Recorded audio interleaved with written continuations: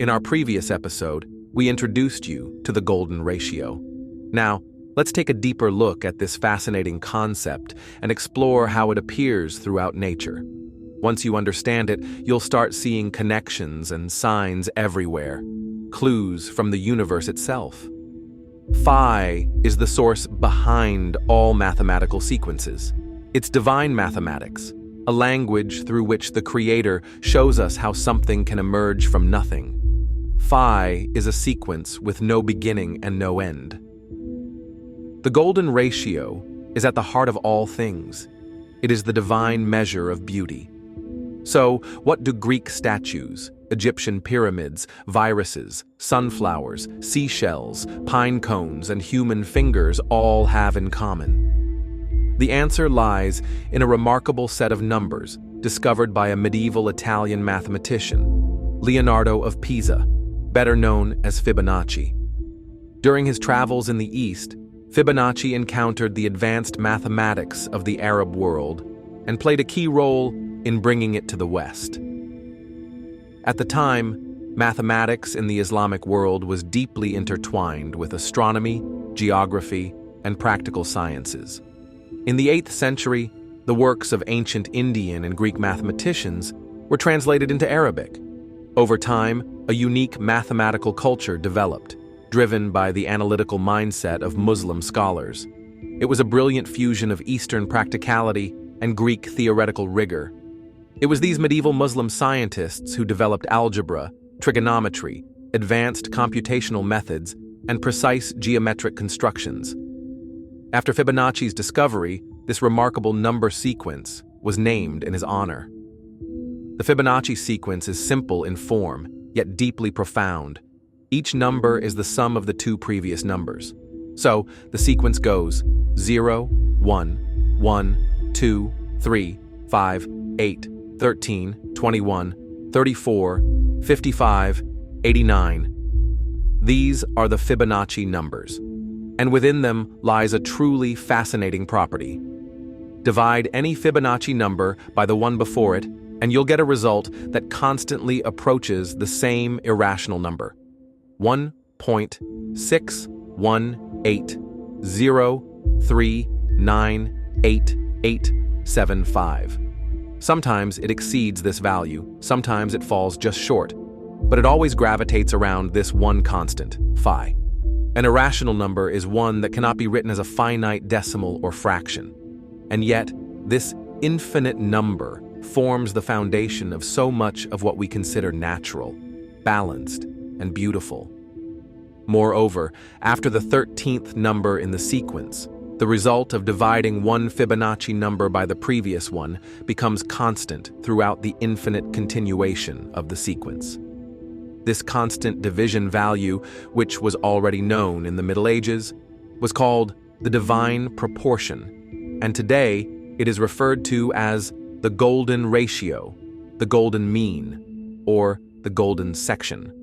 In algebra, this number is denoted by the Greek letter phi.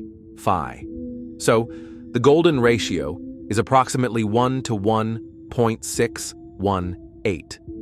Artists, scientists, fashion designers, and architects base their calculations, sketches, and proportions on the golden ratio. They take measurements from the human body, which itself was also created according to the principles of the golden ratio.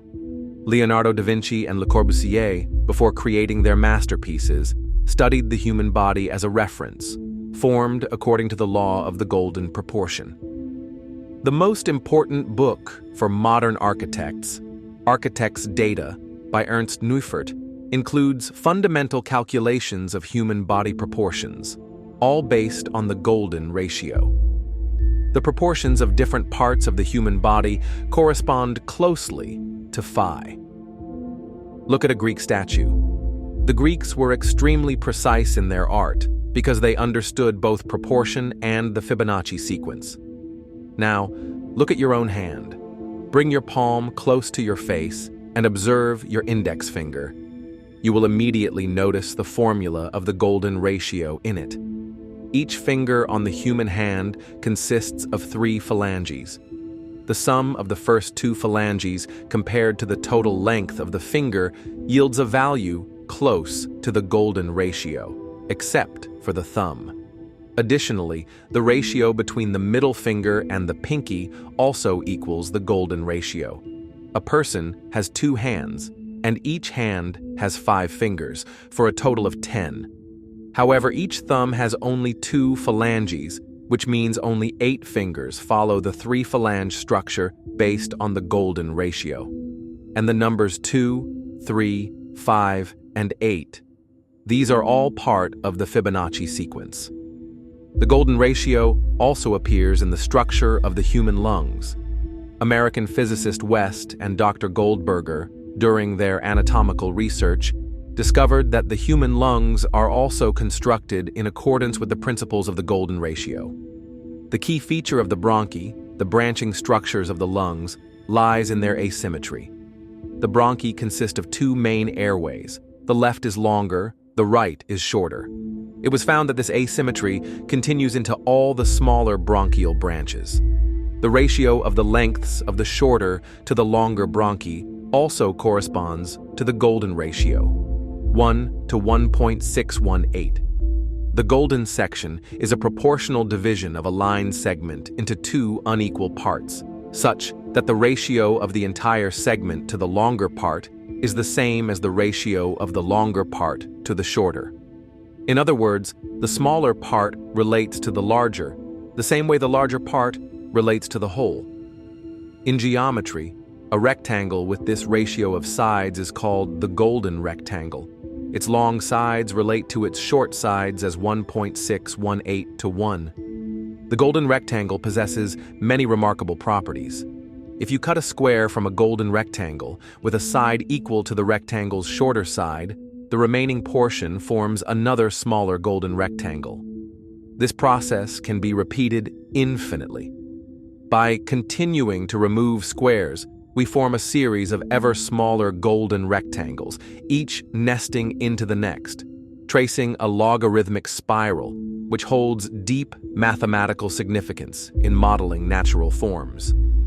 We find this spiral, for example, in snail shells and many patterns in nature.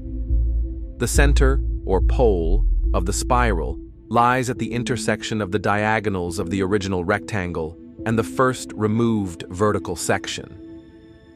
The diagonals of all subsequent golden rectangles align with this same axis. Of course, there's also the golden triangle, another geometric shape that follows the golden proportion. But the influence of the golden ratio doesn't stop at geometry.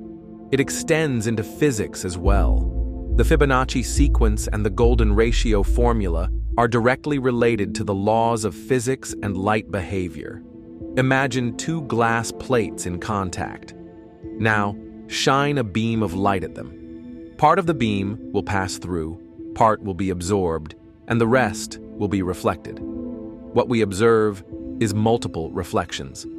The number of paths a light ray takes, reflecting back and forth between the plates before escaping, depends on how many times it's reflected instead of transmitted. When scientists counted the rays that reflected and those that passed through, the resulting distribution followed the Fibonacci sequence once again. The golden ratio, 1.618, returns. For centuries, the golden proportion has been revered by artists, architects, and thinkers as one of the highest principles of aesthetic harmony.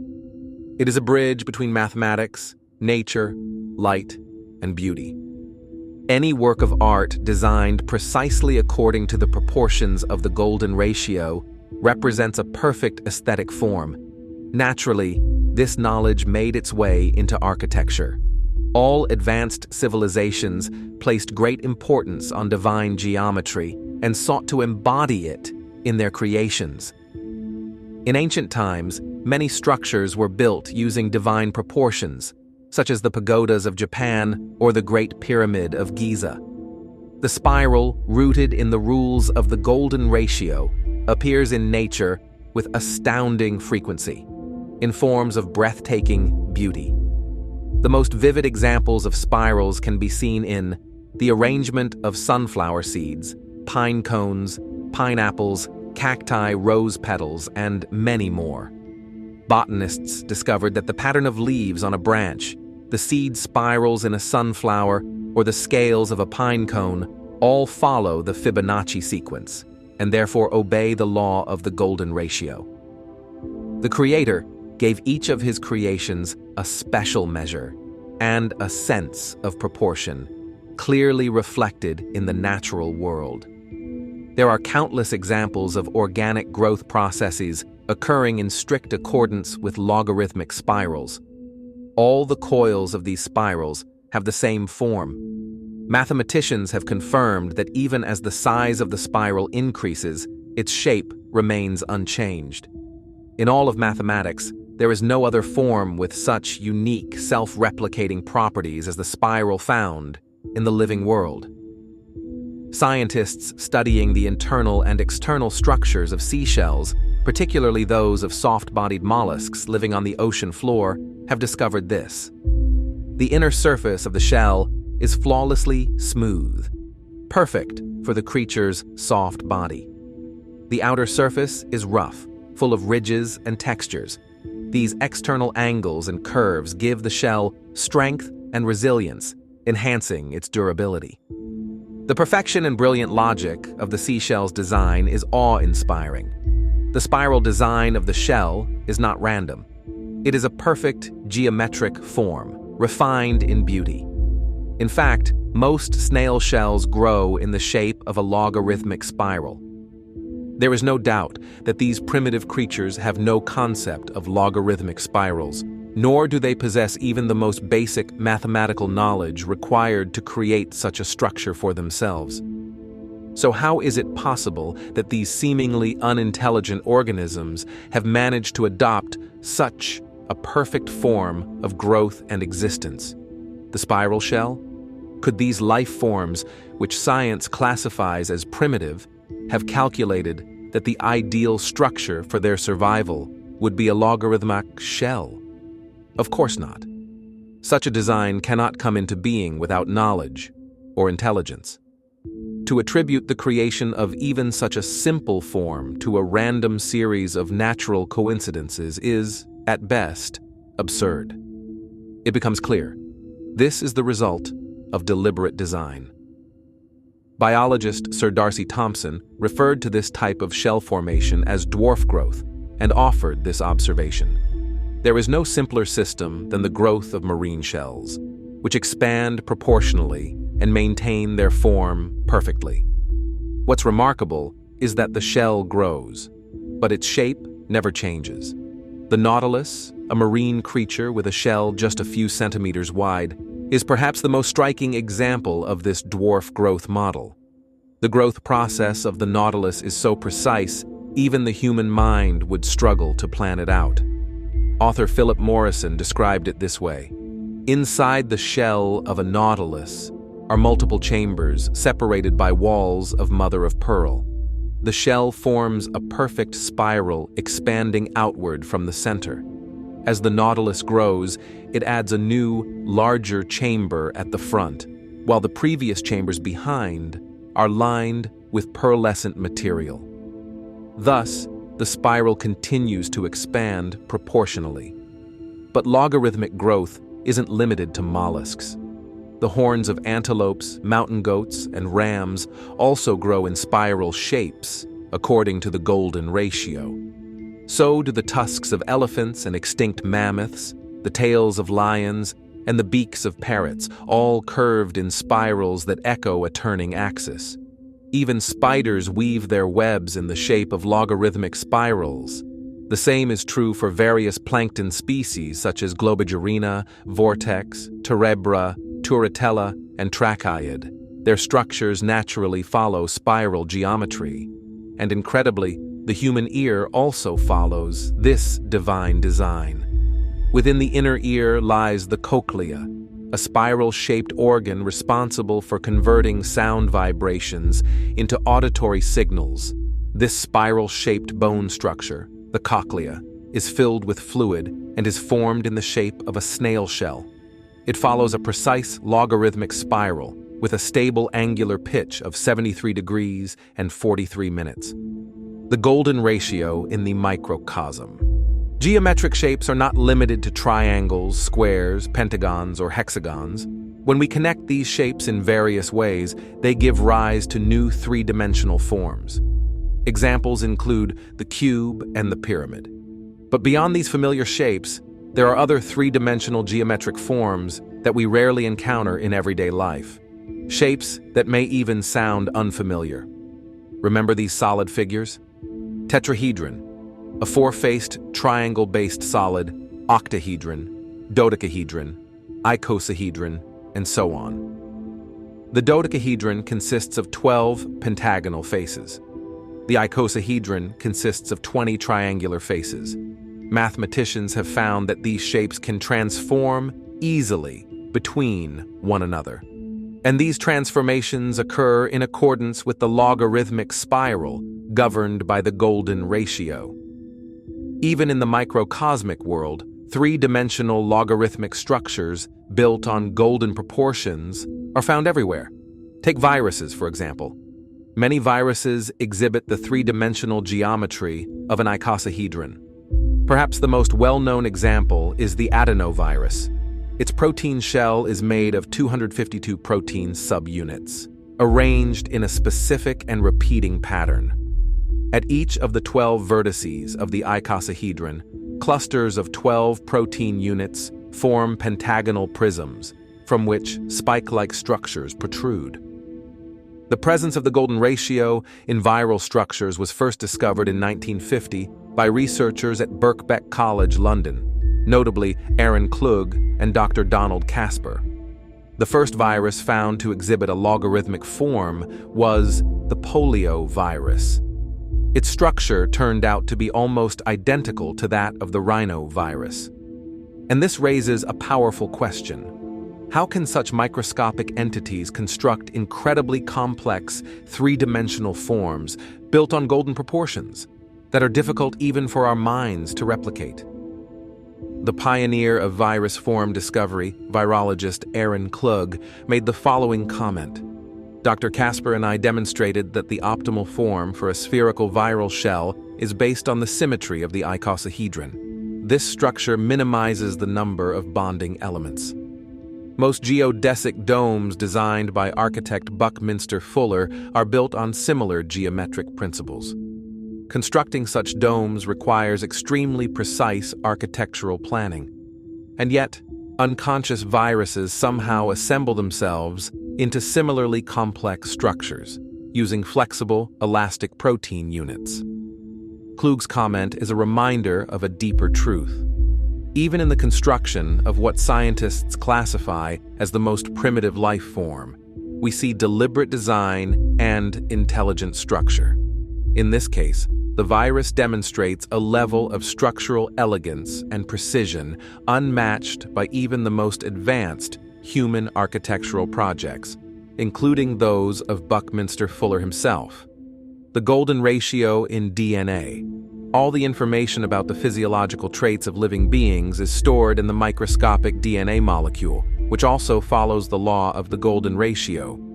DNA consists of two intertwining spirals. Each spiral is 34 angstroms long and 21 angstroms wide. 1 angstrom is 1/10,000,000th of a millimeter. 21 and 34, consecutive numbers in the Fibonacci sequence. And the ratio of DNA's length to width follows the golden ratio. Golden geometry in snowflakes. The golden ratio is also present in the structure of crystals. Most are too small to see with the naked eye, but snowflakes, made of frozen water crystals, are visible and beautifully intricate. Every line, axis, and circle that forms a snowflake's shape follows the precise mathematical rules of the golden ratio, without exception. Golden ratio in the cosmos. In the universe, every known galaxy and cosmic body follows a spiral formation aligned with the golden ratio. The structure of both living organisms and inanimate objects, even those with no apparent connection, reveals a shared design rooted in the same mathematical formula. This is one of the clearest signs that the universe is not random, but the result of intentional creation. All life, all forms, all patterns follow a plan. And so, we continue our search, through visible and hidden signs, toward understanding the deeper connections of the divine blueprint.